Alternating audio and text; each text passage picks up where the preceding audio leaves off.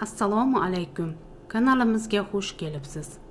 Qaynonam uyimizga sovchi bo'lib kelganlarida udumga ko'ra choy olib kirdim. Salom berdim va chiqib ketdim. Ko'zimga o'ta sodda, o'ta g'arib bo'lib ko'ringanlar o'shanda. Keyin katta ro'mol o'rab olgan, atir upalarsiz, yasan-tusansiz edilar. Hech sovchi bo'lib kelganlarning ichida bunaqasini ko'rmagan edim. Sovchilar ketgach onam adresimizni kim bergan ekan-a? So'rasam omonat dedi. Umuman bizni oilaga to'g'ri kelmaydi-ku.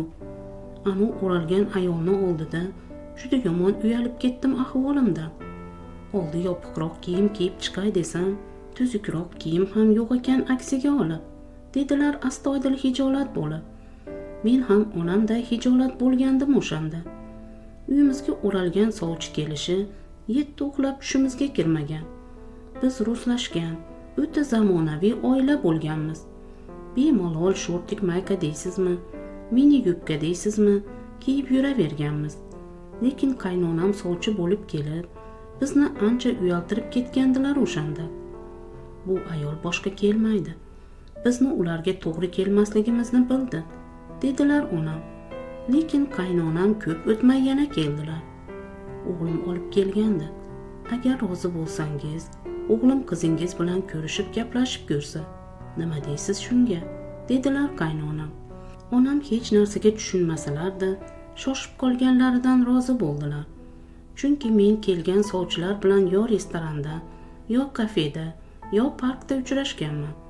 Bunisi bilan uy ichida uchrashishim onamni ham, meni ham shoshirib qo'ygandi.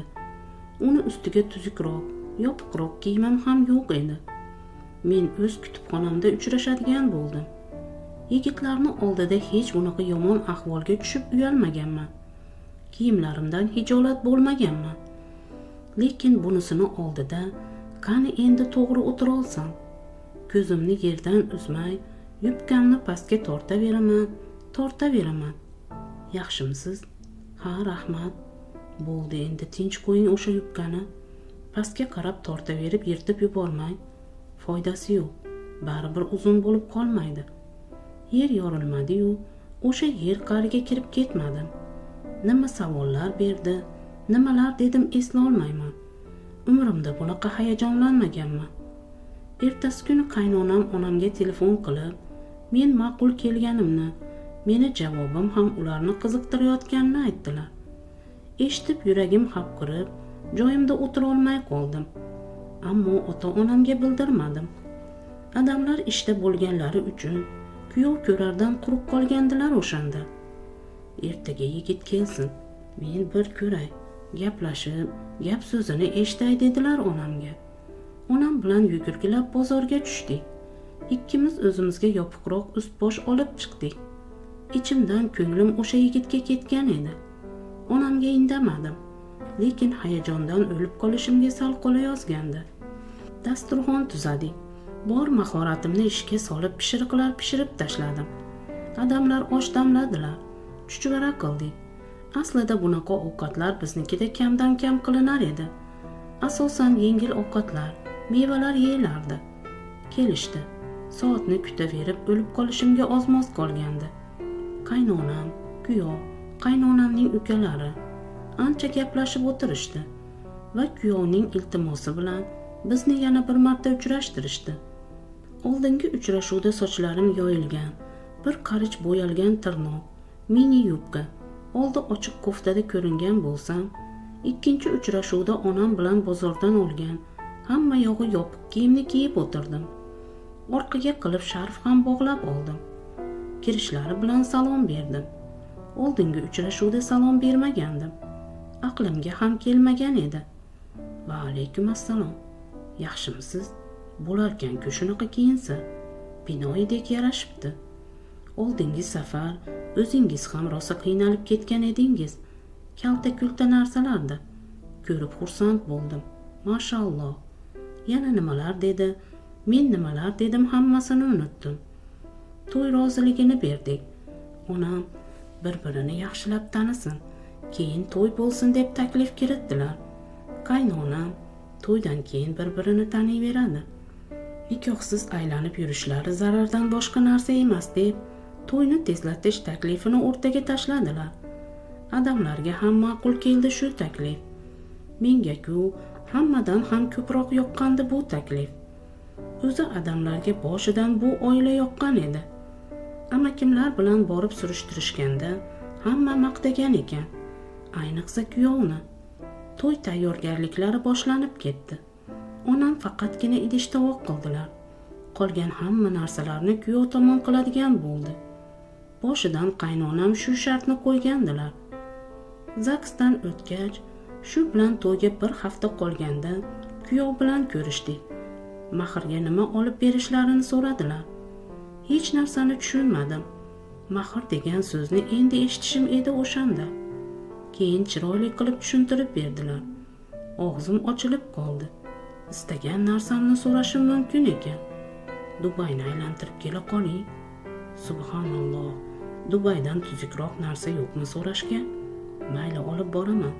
Yana shoshib qoldim. Demak, yana narsa so'rasam bo'larkan. Mashina.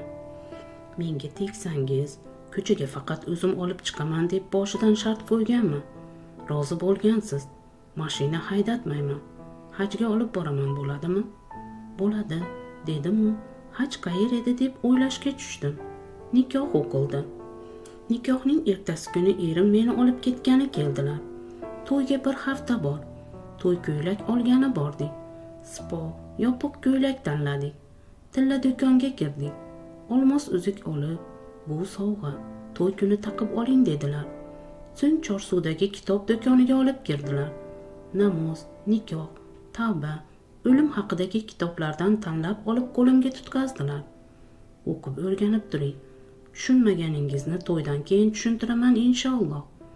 O'qishni avval tahoratdan boshlaysiz, dedilar jilmayib. Uyga keldim. Ota-onam hamma ishni tashlab kitob titishga tushib ketishdi. Biz o'zimizni musulmon sanasak-da, lekin kofirlardan farqimiz yo'q edi. Bizda umuman zarracha musulmonlik alomati bo'lmagan. Faqatgina o'liklarimizni musulmonlarga xos tarzda ko'mganmiz xolos. O'zimizni musulmon deb yurganimizga kitob varaqlab uyalib ketdik. Uyimizda mehmonlarga atalgan shampan, vino, viski har doim hozir va nozir turgan. Joy namoz, tasbih topilmasa-da, shaytonning suvi topilar edi. Lekin shunga qaramay, ota-onam islomiy hayotda yashaganlarni qattiq hurmat qilishar edi. Dindorlarga nisbatan qalblarida chirkinlik bo'lmagan. Men o'zimga taalluqli kitobni oldim va xonamga kirib ketdim. Nikoh kitobi. To'y. Katta to'yxonaning yuqori qavatini erkaklar uchun, kirish qavatini ayollar uchun hozirlashibdi. Men mashinadan tushaman. Kuyov oyog'imni bosadi, gul tutkazadi va birga yetaklashib kirib ketamiz deb xayol qilgandim. Yo'q, unday bo'lmadi.